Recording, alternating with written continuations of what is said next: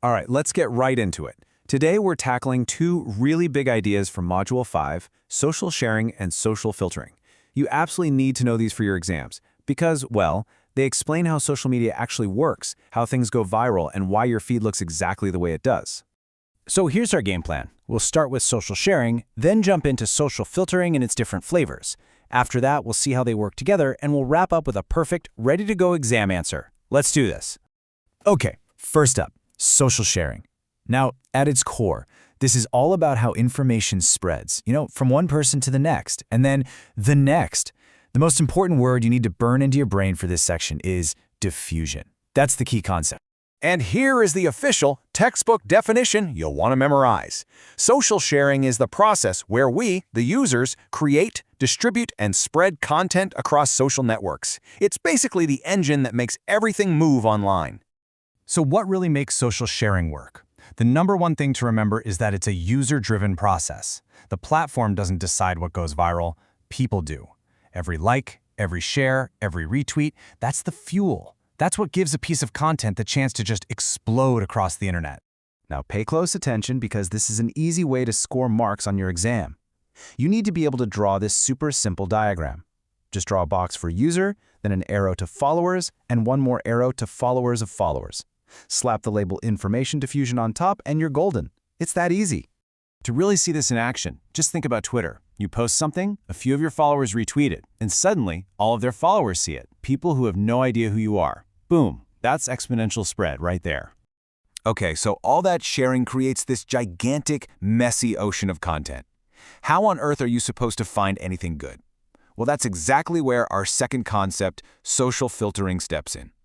Its job is to find the important signal in all of that deafening noise. And of course, here's the formal definition for your notes. Social filtering is all about selecting and recommending relevant content. Those are your keywords right there. It's a system that's actively looking at who you are, what you like, and who you're connected to. So you might be asking, why is this even necessary? Well, imagine your feed without it. It would just be a chaotic, nonstop fire hose of every single thing posted by every person you follow. It'd be unusable. Filtering is what cuts through the junk to give you a personalized and, frankly, enjoyable experience. Now, filtering isn't just one single thing. It's actually a mix of different methods working together. And for your exam, you've got to know these three main types. First, we have content-based filtering. This one is the most intuitive. The system just looks at the content you've liked before. So if you watch a ton of coding videos on YouTube, guess what? The algorithm is going to recommend more coding videos. It's as simple as that. Second is collaborative filtering. This one's a little different. It doesn't look at the content, it looks at other people. It finds users who have similar tastes to you and then suggests stuff that they liked. You see this all the time with things like, people who bought this also bought, or users like you also enjoyed. And the third type is network-based social filtering. This one is super straightforward. It just uses your social circle. Ever seen a post pop up because your friend liked this? That's it. That's social filtering. The system is basically betting that if your friend found it interesting, you probably will too.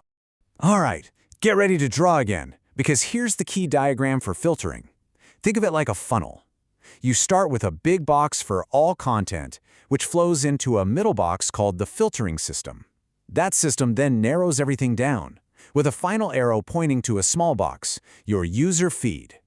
It perfectly shows how a ton of information gets sifted down to just what's for you. Okay, so we've got our two big ideas, sharing and filtering. But how do they actually fit together? This is where we connect all the dots. This flow shows you the entire journey from start to finish. Step 1, content gets created. Step 2, social sharing kicks in and spreads it everywhere. It's only after that, in step 3, that social filtering comes in to select what to actually show you. The result? Your personalized user feed. The most important thing to get here is the order. Sharing happens first, then filtering. Now this table is your perfect little revision guide. Let's break it down. The purpose of sharing is to distribute content, while filtering's purpose is to select it.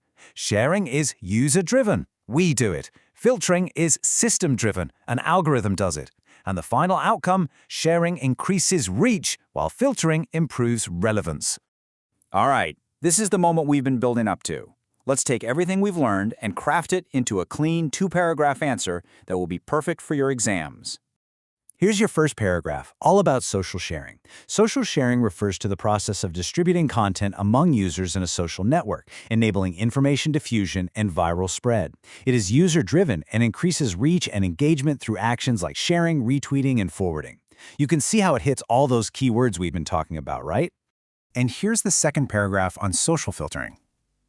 Social filtering refers to the process of selecting relevant content for users based on their preferences, behavior, and social connections. It uses techniques such as content-based, collaborative, and social filtering to improve personalization and reduce information overload. Again, it's short, sweet, and packed with all the essential terms. So, if you only remember one thing from all of this, let it be this: sharing spreads the data, and filtering selects the useful data. They're two sides of the same coin, and together they shape your entire social media world. And that leaves us with one final thought. How can you now see these two forces at work every single time you open your phone?